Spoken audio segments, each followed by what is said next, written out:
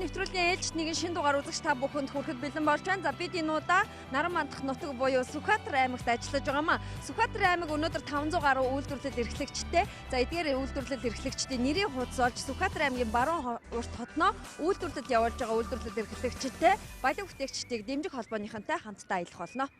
Баялаг бүтээгчдийг дэмжих холбооны удирдлагууд болон Сүхбаатар аймгийн баялаг бүтээгчдийг дэмжих холбооны салбар хорооны гишүүдийн эхний зочилсон үйлдвэр бол Мөнх сайн үд компани дэргэдэх дижитал бото хэвлэх үйлдвэр байлаа.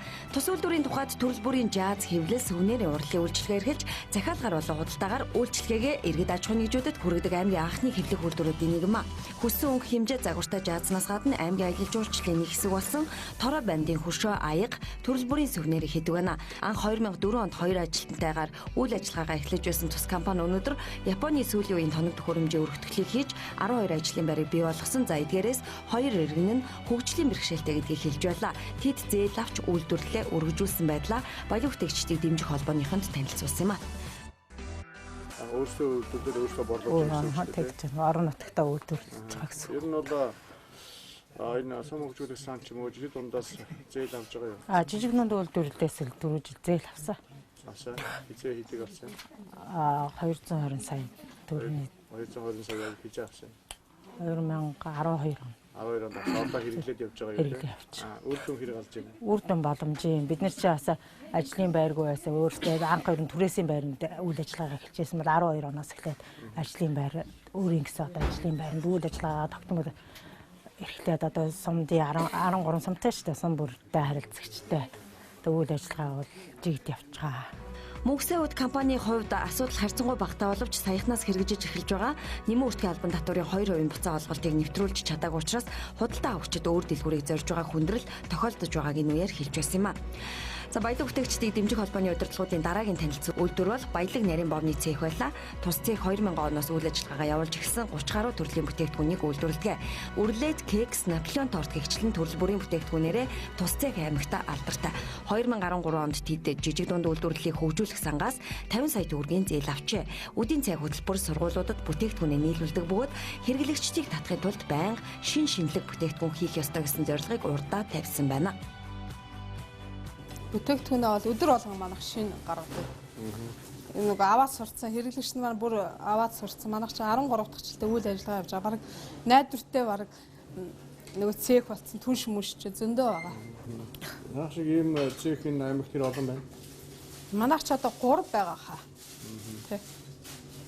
За ямар ч үсэн жижиг дундыг дэмжих сангаас 50 сая аваад ажлын байраа ажлын байраа шинжилсэн. Шинжилж өгсөн юм байна тийм ээ. Таад хөрөмжөө шинжилж чадав уу? За хагас хогсын л чадсан да. Баялаг нарийн бовны цех 13 ажлын байртай аймгийн нарийн бовны хэрэгцээний 70-80%-ийг хангаж 5 дэлгүүрт нийлүүлэлт хийдэг.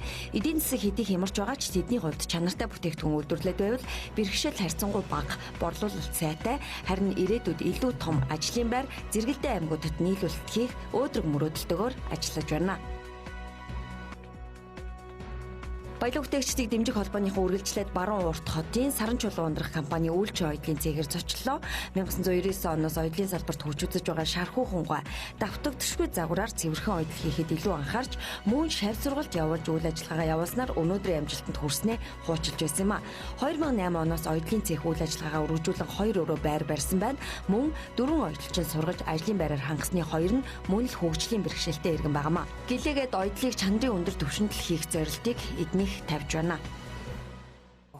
Ер нь тэгээд нөгөө олон хүнд үйлчилдэг болохоор л тэр хүмүүсийн чинь нэг нь орж ирээд нэг өөрийг нөгөө нь орж ирээд нэг өөрийг тэгээд тэр олон хүмүүс чинь өөр хэлбэр юутай завгартай юу захиалдаг болохоор л тэгээд тэрнээс үүдэл тийм байх хэвээр мань юм байх хэвээр мөн энэ жоохон тэгж хийвэл гоё юм энэ ингэвэл тийм юм уу гэд энэ тэндээсүүд манайх тийм завгрын ном байна вэ нэтрэ гэж үл хайдгүй ерөөсөө өөрснөө л загвараа гаргадаг. Тэгэхгүй бол тэгэл дэлхийд олон юм болцох нь өөрснөө загвараа гаргах юм бол манайх ерөөсөө дэлхийд ганцхан л шүү дээ.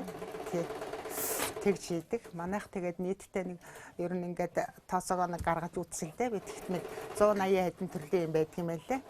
Бүтээгдэхүүн байдаг юм лээ. Тэгээд бас хажуугаар нэг гэрийн бүрээс мөрөөс гэрийн хөшиг тэгээд энэ Монголын хэрэглээний бүхэл юмыг оё шүү дээ. Саран чулуун ундрах компани аймагт 11 удаа, зүүн бүсэд 3 удаа шилтгэр шалгарч байсан амжилттай. Тэд үзэсгэлэн худалдаа Экспод байнга идэвхтэй оролцдог бөгөөд бичигтийн бомтын 2 жилийн арга хэмжээнд үндэсний хувьцсны салбараар төлөөлөл оролцож экспортын нэг боломж байгааг олж харжээ. Мөн аймгийн болон сумдын ойгоор иргэдийн гоёлыг бэлтгэх чухал ажлыг тэд гүйцэтгэдэг. Өнөөдрийн хүртэл зээл аваагүй бор зүрхээрээ хөрөнгө оруулалт хийсэн Шархуухан гуай балиу бүтээгчдийг дэмжих холбооны үйл ажиллагааг бүрэн дэмждэг бөгөөд цаашид хамтран ажиллах болно гэдгээ энэ үеэр хэлж байсан юм а.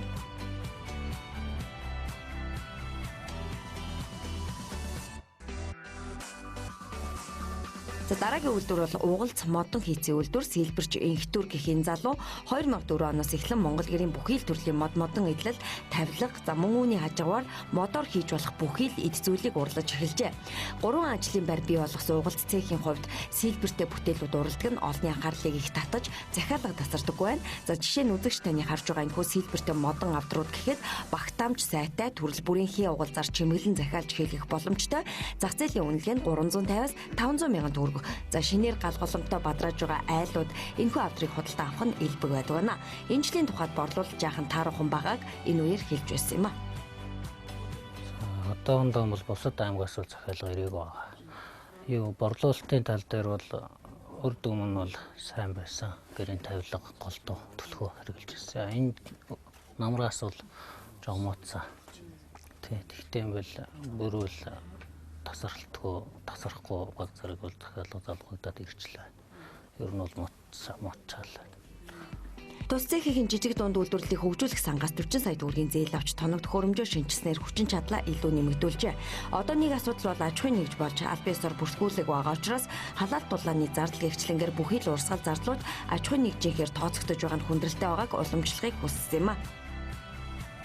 Миний өмнө яг маргааш шинэхэн хэрэглэгчтэй очих гэж байгаа шинэхэн бүхэл бүрийн гурилаар хийсэн юм талхнууд байж байна. За энэ талхны хувьд бол Сүхбаатар аймгийн төв Баруун урт хотноо 800 төгрөгөөр худалдаадагддаг ийм талх нарийн талх байгаамаа. Тэгэхээр тус шарга талх нарийн бовны цех маань Дорнод гурил компанийнхаа дотоодын үйлдвэрлэлийн гурилыг дэмжиж бүтээгдэхүүнүүдэд үйлдвэрлэдэг. За энэ үйлдвэрийн эзний хувьд бол борлуулалт болон үйлдвэрлэлийн тухайд тоног төхөөрөмжийн шинжилгээг хийсэн ч гэсэн өөр бас зовлон бэрхшээлүүд байна гэдгийг балиу бүтээгчдийг дэмжих холбооны ерөнхийлөгчд уулзах үеэрээ хэлж байсан юм а. Шарга нарийн бовны цехийнх нь 50-аас 60 оны цэцэрлэгийн барилгыг худалдан авч өөрсдийнхөө тохижуулан нарийн бовны цехийн үйл ажиллагаагаа явуулдаг. За хэдийгээр мэрэгжлийн байгууллагуудаас тавьсан шаардлагыг хангахаар хичээдэгч барилгын хувьд зориулалтыг биш болохоор асуудал бэрхшээл үүсдэг байна. Манайх бол юу гэдэг яг нарийн бовл ингээд дагнжил хийдэг, далхаараа дагнадаг. Тэгээд сар шинэ оронгууд манайх бол одоо 8 гаашаар яг брэнд бүтээгдэхүүн нарийн хэвэн бовоороо манайх дагнж хийдэг. Тэгээд зах зээлийнхаа бараг 80. Энэ болох дээр дандаа буруу талах технологиор хийж байгаа. Дандаа гар ажиллагаатай. За 2004 оноос ажиллаж эхэлсэн тус цех өнөөдөр 16 хүнийг ажлын байраар хангадаг. Жилдээ 200-аас 300 тонн дотоодын гурилаар бүтээгдэхүүн үйлдвэрлэдэг. Сахар амтлагчаас бүхий л түүхийдээ дотоодосоо бэлтгэдэг байна. Тус цехийн уяг талхны брэнд олонний танил бөгөөд 7-оос 8 төрлийн бов, 4 төрлийн талхыг хэрэглэгчдэд хүргэж байна. Эх орны бүтээгдэхүүнээр хийсэн амт чанарлаг талх нарийн бовоо цаашд илүү их борлуулах аймгийн зах зээлийг хамгаалуулах хүсэлт энэ цехийнхэнд байгаа юм билээ. Сүхбаатар аймгийн тухайд гар урлал хийцээрээ эртнээс алдартай. Дарганг хийцийн алт мөнгөний эдлээс гадна арьс ширээр бүтээл хийх урлагийн цехүүд энэ аймагт мөн л бусдын адил хөгжиж байна. Балиу бүтээгчдийг дэмжих холбооныхын энуудад Баян шар гар урлалын цехээр зочлоо. 2013 оноос үйл ажиллагаа эхэлсэн тус цехийнхэн анх гэрээрээ бүтээл хийж үзэсгэлэнгүүдэд оролцож иргэдэд танигдсан улам хийж бүтээх урам зориг авч байжээ. Сум хөгжүүлэх сангаас 20 сая төгрөгийн зээл авч тоног төхөөрөмжтэй болсноор тэд өнөөдөр төрөл бүрийн логотой хэмжээ хийцийн арьс ширэн эдлүүдийг гар аргаар хийж байна. Цүнх бүс төрөвч гутлын төрийн түлхүүрийн осор гэгчлэнгээр 20 орчим нэр төрлийн бүтээгдэхүүнийг эднийх үйлдвэрлэдэг. Одоо тулгамдсаж байгаа асуудал энэ жидүүлэл борлуулалт тул эрс бурс. Дээрэс нь бид нар нөгөө сая ингээд дэлгүүрүүдэд ингээд шууд тавиад яадаг гэсэн бол одоо нөгөө нүүтийн хууль гарсантай холбогдуулаад бид нар жижиг юмнуудаас нөгөө олон газар тавихаар нөгөө нүүтийн татвар гэж нэхэгдээд тэгээд тэрнээсээ бодоод зарим нь бас биднээс нөгөө авах дурггүй бас дэлгүүрүүд. Баян шарга цэх өөрийн гэсэн байргуу түрээсийн байранд үйл ажиллагаа явуулдаг. Ирээдүйд өөрийн байртай Сүхбаатарын нэрээр Монголдо танигдсан цэх болох зорилтыг тэд тавьж байна. Энэ цэхийн баялаг бүтээгчдийг дэмжих холбооны аймаг дахь анхдугаар зөвлөгөөний үеэр холбоонд дэлсэж идэвхтэй гишүүн цехүүдийн нэг болсон байна.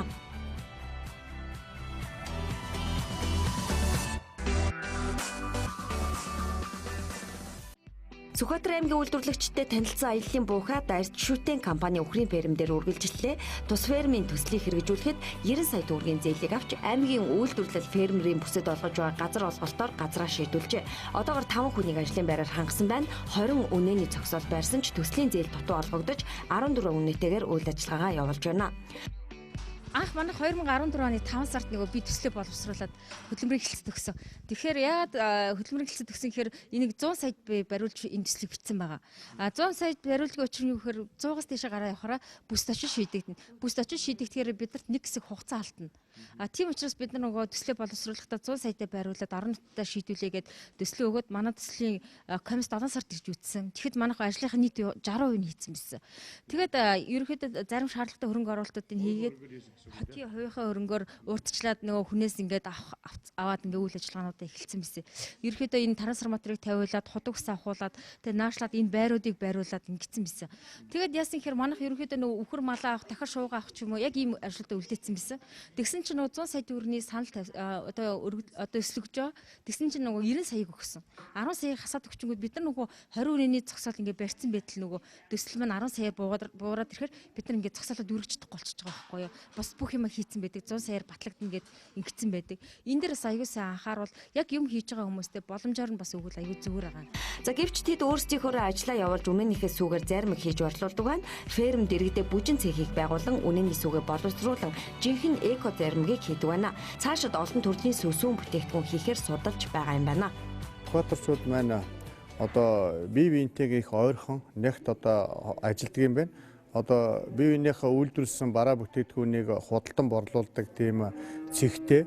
Дээрээс нь дөнгөж саяхан одоо цагаан сарын үеэр бол ингээд аймгийн удирдлагууд сар шинийхээ өндөр настангуудад өгсөн бэлгээ бол энэ баялаг бүтээгчдээс одоо 1000 ширхэг бэлэг авч одоо бэлгэлсэн байх жишээний одоо энэ бол их өрмөц одоо баялаг бүтээгчдийнхаа бэлгээр ахмадуудаа бэлэг барьж байна гэсэн үг тийм ээ.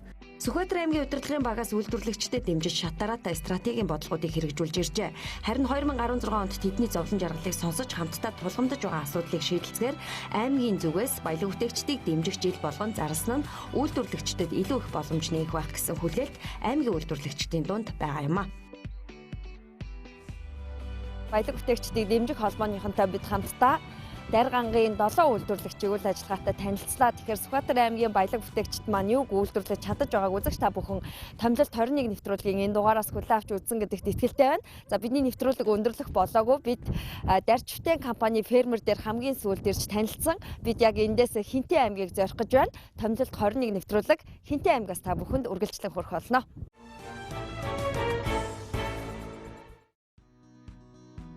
Хинтээ аймагт хамгийн анх танилцсан үйлдвэр бол дурсамж студ байлаа. Аймагта хамгийн том нь гэж хэлж болох тус студ жаз бэлэг дурсгал бичих хэрэг хэвлэлийн бүх төрлийн үйлчилгээ эрхэлдэг байна. 2008 оноос хойш өнөөдрийн хүртэл 5 ажлын байрыг бий болгож шил, даавуу, чулуун дээр хэвлэх бүтээлүүдийг түлхүү үйлдвэрлэн хэрэглэгчдэд хүргэж байна. Дурсамж студ 15 сая төгрөгийн бизнесийн зээлтэй, бизнесийн зээлийн хүү өндөр бөгөөд цаашдаа хөнгөлөлттэйгээр олгогддог төсөл хөтөлбөрүүдийн зээлүүдэд хамрагдаж тоног төхөөрөмжөө илүү ихээр шинжлэхийг хүсэж байгаагаа энэ үеэр хэлж байсан юм а. Аймгийн байгууллагууд бол танахаас дэмаж хэлдэг үү? Ер нь ихийнх шүү. Яг хэдэн жил болж байгаа? Манайх 7 жил болж байна. 8 жилд орж байна тий. Зээл хаанаас зээл авдаг гэдэг? Хас банкнаас. Хэдэн жил зээл авч байгаа? Ер нь бол анх эхлэхдээ л авсан. Одоо авчил байгаа. Хэдэн жил гэсэн үг? Бараг 8 жил нэ. 8 жил тасалбар хас банкаар үйлчлүүлж байна. Жилийн 25% бүрдээ тийм ээ. Тэгэхээр жижиг дундын бол 9% байна. Сум хөгжил сангийн дээд нь 3% байна. Ер нь бол жоохон мэдээлэл байгаагүй маа энэ жилээс харин мэддэг болсон. Тэгээ саяхан нэг бичиг баримтаа бүрдүүлсэн чинь хоцорсон байсан. Одоо тэгээ та ажлын байр нэмэгдүүлэх үйл ажиллагаа өргөдөх чиглэлээр зээл бол одоо боломжтой биш танад байна. Хөдөлмөрлөлтийг дэмжих санхүүжилт хэлцээд амьшиж байгаа. Хөдөлмөрийн хэлцээ тэр хөдөлмөр бэлсэх хүмүүсээр хамаардаг. Ер нь бол одоо нэг жоохон тоног төхөөрөмжөө өөрчлөл, жоохон ажлын байраа томруулчих юм бол ер нь хийх ажил их байдаг. Тий. 10 төрлөөр үйлчлэгээ явуулдаг тус цэхийн нийтийн орон сууцны подвалд үйл ажиллагаагаа явуулдаг. Зээлийн болон борлуулалтын боломж нэмэгдвэл ирээдүйд ажлын байраа өргөтгөн шинжлэх зорилтыг тавьж байна. Баялаг бүтээгчдийг дэмжих холбооны Хинтээ аймгийн анхны гишүүн байгууллагуудын нэг тул цаашид аймаг дахь баялаг бүтээгчдийг дэмжих холбоогоор дамжуулан асуудлуудаа төр захиргааны байгууллагуудаа уламжлах боломжтойг энэ үеэр ярилцсан юм а.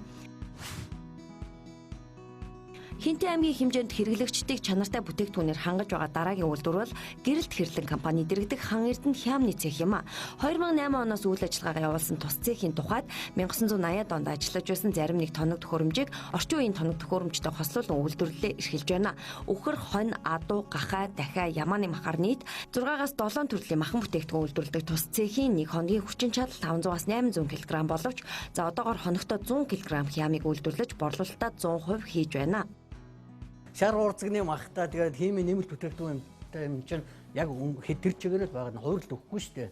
А манай бүтээгдэхүүн бол 7 хоноод 4-5 хоноод нөгөө махын юм чинь өөрчлөлт ордог. Тэгээд тэрийг бас яг цэвэр мах учраас. Тийм махаараа байгаа. Өөрөөр чинь бол одоо жоохон бордооны юм яваад шүү дээ. А нөгөө шар урцгны одоо нөгөө нэмэлт хийж байгаа шүү дээ. Тоолж хийж байгаа тийм.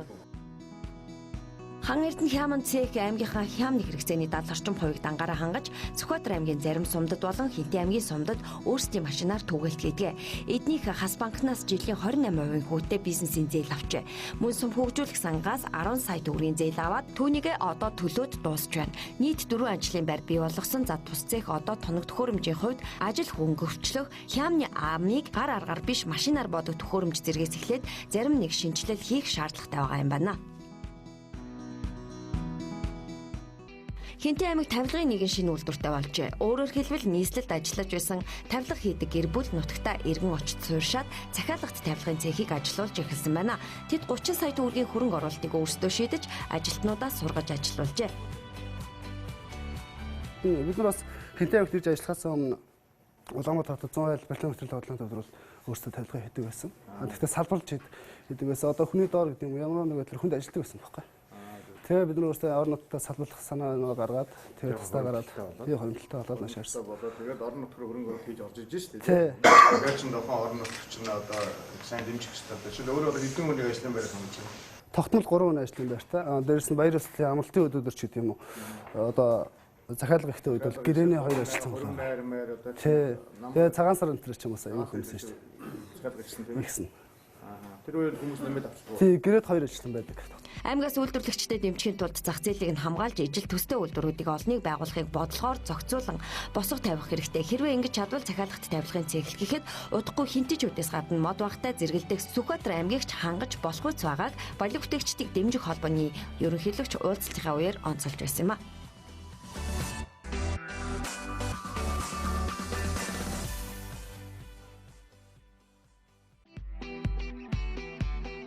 За тэдний дараагийн ажилласан газар бол Хинтээ аймгийн мэрэгжил сургалт үйлдвэрлэлийн төв байсан юм. 1969 оноос хойш ажилласан тус сургууль шинэ байранд шилжин орж сургалтын тоног төхөөрөмжөө ашиглан төрөл бүрийн үйлдвэрлэлийг эрхэлж хүүхдүүдэд практик сургалт явуулж ирээдүйн баялаг бүтээгчдийг бэлтгэж байна. Манай сургууль өнөөдрийн байдлаар нэг 18 мэрэгчлэр 24 мэрэгжлийн ангид 600 гаруй сурч байна. Энэ түүхэн хугацаанд бол нэгслээ ажилтны бэлтгэн хажуугаар улс ордын аж ахуйд одоо олон түүхтэй ийм хүмүүсийг төрж гаргасан байдаг. Энэ бол одоо Монгол улсын гаяач жүжигчид бол одоо төмөр хоёрыг байна. Мөн саалчин одоо аюуш байна. Ийм олон одоо сайхан алдартай хүмүүсийг энэ сургуулиас төрүүлэн гарсан ийм түүхтэй байдаг юм аа. Тус сургууль мэрэгжлийн 22 ангитай. Эдгээр ангийн хүүхдүүд болон аймгийн иргэдийн захиалгаар оюутлын технологийн ангийнхан хувцас хэрэглэл уралдаг байна. Тэгээд 22 мэрэгжлийн ангийнхаа мэрэгжлийнх нь онцлог тааруулсан хөдөлмөр хамгааллын хувцснуудыг хийдэг. За энэ маань болохоор бид нэр хөдөлмөр хамгааллынхаа хувцсыг одоо хийж яана гэдгээр нэгд болохоор одоо сургуульд маань бас их том хөрөнгө оруулалт болж идэг. Хоёрт нь болохоор яг хүүхдүүдийн ур чадварыг ахиулах бодиттой одоо ажил болж ингэж уламжил болж ингэж хэвссэн байгаа. За тэгээд энэ хөдөлмөр хамгааллын хувцснуудыг ерөөсө жилээс жилд одоо энийг улам одоо ингэж өнгө үзэмж за тэгээд чанарын материалын чанар за тэгээд энэ бүх талыг нь гооцон талаасаа бол бид нар ингээд улам жил болон ингэж ахиулж ингэж ажиллаж байдаг. Оёлол ангийнхан сурагчийн хоршоо байгуулж үүгээрээ дамжуулан өөрсдийнхөө бүтээгдэхүүнийг бизнес инкубатор төвд борлуулдаг. Энэ жилийн тухайд оёлын салбарт 20 боловсон хүчин нийлүүлэхээр ажиллаж байна.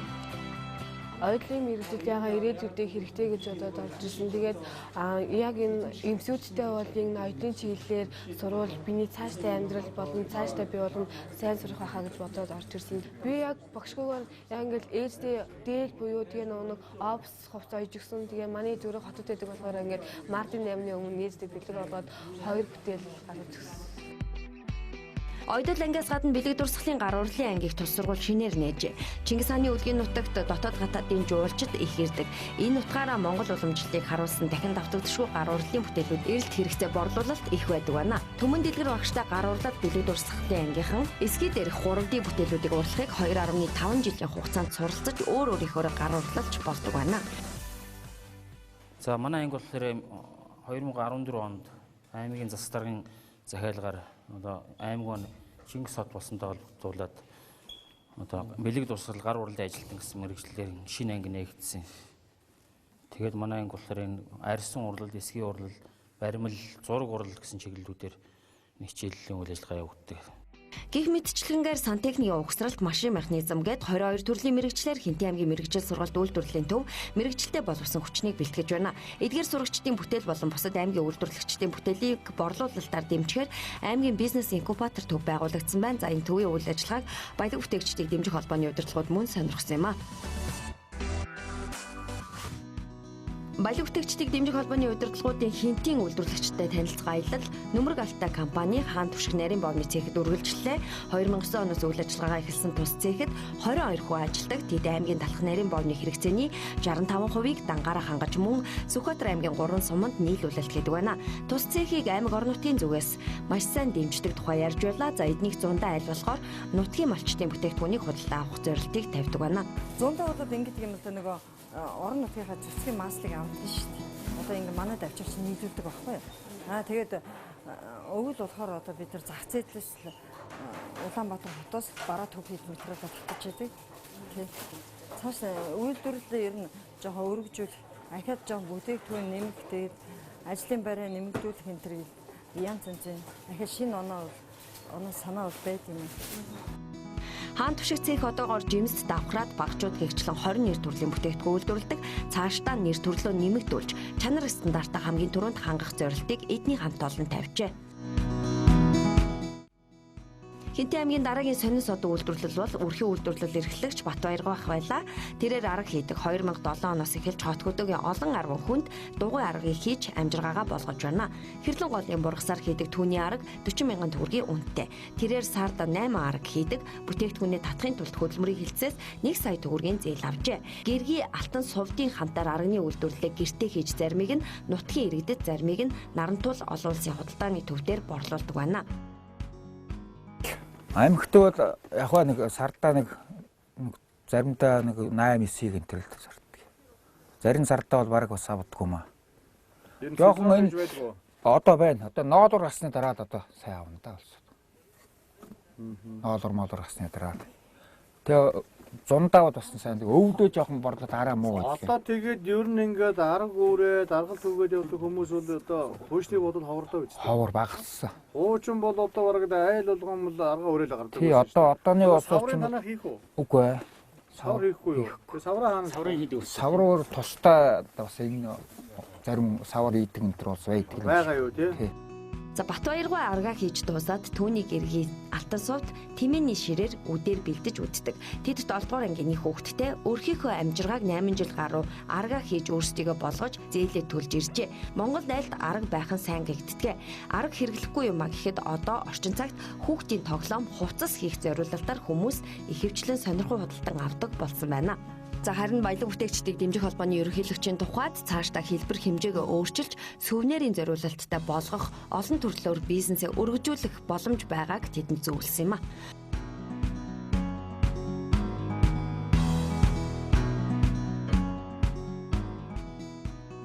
Баялаг бүтээгчдийг дэмжих холбооны дараагийн саатсан газар бол хан хинтийн гар урчууд компани хийж буй Гиннесийн амжилтын номонд бүртгүүлэх Монгол эсхий ширмэл 10 юм а. Энэхүү төслийг Хинтээ аймгийн баялаг бүтээгчдийг дэмжих холбооноос дэмжиж хамтдаа санаачлан Монголын эсхий ширмэлийн бүтээлийг Гиннест бүртгүүлж дэлхийн хэмжээнд Монголын өв соёл, урлаг, гар урлал, түүхийг сурталчлах томоохон зорилтыг тавьжээ.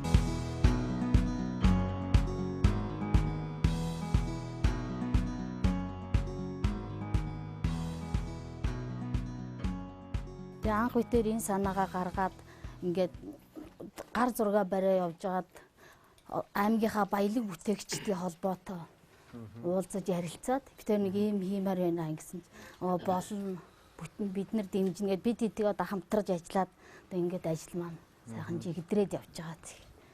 Тэгээ Эрдэнэт үйлдвэрийнхээ энэ эсхийг нийлүүлж байгаа юу? Энэ эсхийг болохоор бид хоёр нүүд Эрдэнэт үйлдвэрийн дээр очиод биеэрээ очиод захиалга өгөөд тэгээ одоо тэр захиалгын маань журмууд айгүй гоё үйлдвэрээсээ цаанаасаа бүр гоё эсхий ирсэн байгаа. Энийг одоо ингээд урлагийн бүтээл болгоно гэсэн зорилготой. Тэрийг одоо хаана яаж хадгалах уу, яаж үзүүлэх үү, ард түмэнд яаж танилцуулах? Одоо энийг тэр зорилго нь болохоор бид тэр энэ өмнөд тавьж байгаа зорилго болохоор 24 хамттай гэрт яг тойроод 100 м таарна. Тэгээд энийг энэ дээрээ тулгуурлаад тэгэл 24 хамттай гэр барьж тэгэл олонний үртэл олгож байнга байлгана гэсэн зорилттой. Генс хүсэлтээ өгсөн үү? Генст хүсэлтээ өгөх байгаа. Бид хэд болохоор яг генстийг болохоор судалсан. Тэгээ генст яг ийм урттай ийм гар урал ийм ширмэл эсхий ширмэлүүл байдаг юм бэл. Энэхүү эсхий ширмэлийн бүтээл зураач нэргүй найзууд болон эрдэм шинжилгээний ажилтнууд мөн зөвлөгөө өгч хамтдаа судалгаа хийж байгаа юм байна. Ноён уул болон бусад аймагуудаас олдсон буган чулууны агуйн 600 гаруй сүг зураг 10-чны 2 талын чимэглэлд орж байна. Мөн нууц товчооны 10 бүлгийг багтааж түүхчлэн зургаар зурж ойдлоор харуулахыг зоржээ. Эсхий дээрх арилдаггүй зориулалтын будгаар өнгө нэмсэн нь энэхүү бүтээлийг илүү үзэмжтэй болгосон байна. Одоо Тэмүүжинг гэрт нь үлдээгээд Исүхбаатар маань одоо буцаж яваад энэ татааруудын найран дээр таарсан байгаа. Найран дээр таарахтан татаарууд одоо Исүхбаатарт хор өгч одоо хорлсон байдаг. Тэгээ яг хорлсон тэр татааруудад хорлогдоод яг ингээ буцаж яваад энэ 10 м маань төгссөн байгаа. Тэр үеийн бас ард талаар нь бид нэр болохоор тэр найр наадан болж исэн гэдэг утгаар араар нь гүүс ааж байгаа адуу малаа яаж байгаа тэр гэдгээр маш орж байгаа бүгд орсон биш үү? Тий одоо энэ баялаг бүтээгчдийн маань холбоон дараа энэ 90 товч гэж хүн байна. Тий гэж юм. Эднэр бид бас зөвлөдөг бид нар хоорондоо юу хийх вэ яах вэ? Товчон нэг тэгмээр байна нэг бахаа гэж. Тий бид нар дандаа хоорондоо зөвлөж одоо өдөр шөнөгүй ажиллаж байна. Энэ хоёр манд байнга цаг байдаг. Гиннесийн номонд байдаггүй төрөл болох гар урлал за тэр дундаа эсхий дээрх урлалын төрлөөр Монгол улс анх удаа бас бүтээл бүртгүүлэх гэж байна. За энэ бүтээлийг хинтийчүүд санаачлан яг одоо үйлдвэрлэлээ эрхэлж байгаа байдал дээр бид ирээд байгаамаа. Тэгэхээр энэ бүтээлд хувь нэмрээ оруулахаар бас иргэд өөр өөрсдийнхөө өдрөөр ирж одоо ойдл эсгүүрт оролцож байгаа ийм байдлыг бид сурвалжлан хүргэх гэж байгаа юм. За таны хувьд яг хэдэн жил ойдлчин хийсэн бэ? Одоо энэ бүтээлд та ямар мэдээллийг авч оролцож байгаа вэ? За би ойдл хийгээд 1998 оноос эхэлж ойдл хийсэн. Хинтээ аймгийн Баян сумд амьдардаг. Тэгээ манай сумын эмэгтэйчүүдийн холбоо энэ төрөнд бид нар нөгөө баялаг бүтээгчдийн юунд уулзалтанд ирээд тэгээд 1000 төгрөг 1003 гэсэн ураа биднэрт яасан. Тэгээд сумдаа очиод энийг одоо сумынхаа эмэгтэйчүүдийн холбоонд хэлсэн чинь одоо ингээ бүгдээр нэг өдөр очиж ингэж юу яа. Баян аваас бас хэдүүлээ ирсэн бэ? 14-л ирсэн. Маш сэтгэлд хангалуун байна. Тэгээ Чингисийн сууд хүнийхээ түүхэн амьдралыг ингэж Монгол урлалаар гаргаж, эсхийн дээр урлаж бүтээж байгаа түүхэн үнэт өв болгож байгаа энэ үйл явдалд оролцож байгаадаа туйлын их баяртай байгаа. Тэгээд сумынхаа эмэгтэйчүүдийг манлайлж бид нар ирж энд ойдл хийж байна. Тэгээ бусад аймагуд аймгийнхаа сумуудыг манлайлж энэ ч ирж ойж байгаа да төлөв сэтгэл хангалуун байгаа. Цаашдаа Хинтээ аймгийн болон Тус аймагтай ойролцоо аймагуудын сумдын үйлчид байвал энэ бүтээлд ирж учиг шингээхийг санаачлагчид уриалж байлаа. Мөн 1000 төгрөг 1000 урам аян хэрэгжиж эхэлсэн төсөл нийт 54 сая төгрөгийн өртөгт эхний 11 сая төгрөгийг компани өөрсдөө гаргасан байна. За дараагийн хөрөнгө оруулалтанд монголчууд та бүхнийг хандив өргөхийг уриалж байна. Үзэгчтэй хандив өгөхийг хүсвэл Хаан банкны 50 79 16 23 29 тод дансанд хандаж болно. За энэхүү бүтээлийг Асемийн уулзалтаас өмнө дуусгаж 24 ухаантай Монгол гэрээг энэхүү бүтээлд зориулан босгож нийслэлийн төв талбайд үзэгч түмэнд сонирхуулах зорилтыг тавьж байна.